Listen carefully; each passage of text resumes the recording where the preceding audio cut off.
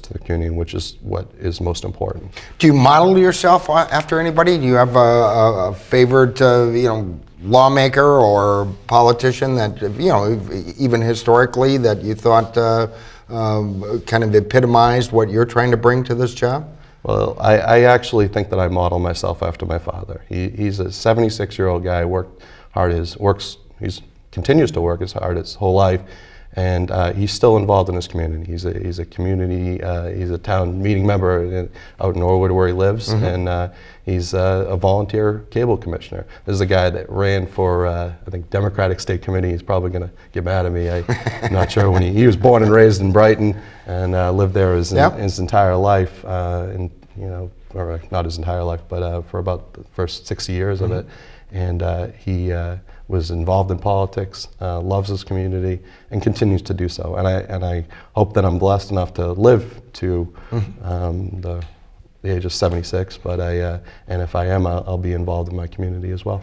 Well, and his son landed in South Boston, of all places, which has a reputation of for, well, I think it'd be fair to say, kind of bare knuckle politics. Hey, that's an oversimplification, don't get me wrong, but there's been some very powerful lawmakers that have come out of there, very polished, that have made their mark, and but it's a tough business. And as they say, an open house seat doesn't come along very often, and when it does, it draws a crowd. What are you finding out about as you campaign about politics, campaigning in South Boston? In terms of families, bases, that type of thing. What's your strategy going into this? Well, as you brought up at the beginning, I have been in this from the start. I got in this in November. A lot of my energy and support comes from the folks that support me.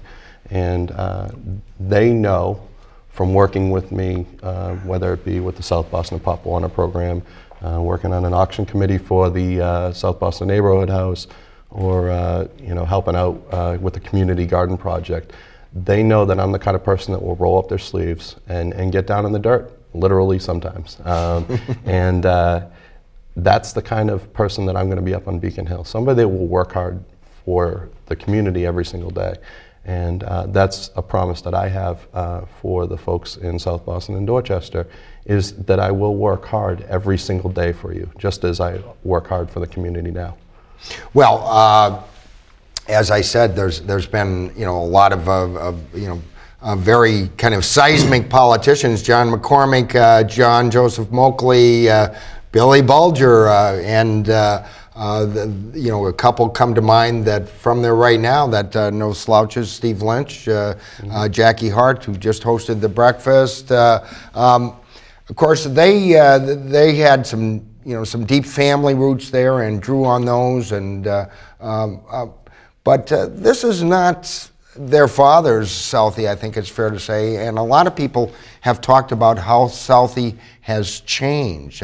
I'm thinking of pardon me, I'm sure it's a sacrilege somewhere. I believe it was the Boston Phoenix had this headline that said "Gay Southie," and it was not so long ago that something like that might have been seen as blasphemy.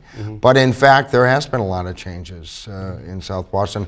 Are you seeing that as you campaign? And I respect the traditions of our neighborhood, and also the diversity of our neighborhood as well. To your point, I think what's special about our neighborhood is it doesn't matter who you are or how old you are. We're there for each other, and whether it be a child that's sick, that the community rally around to raise some money, or whether it's a void in the athletics in the neighborhood and people raising money to get a Pop Warner program. And I've immersed myself in that. And that's something that, I said, hey, I want to coach. I want to be on this committee. I want to be the coordinator for your campaign, because I think that's the best thing for this neighborhood.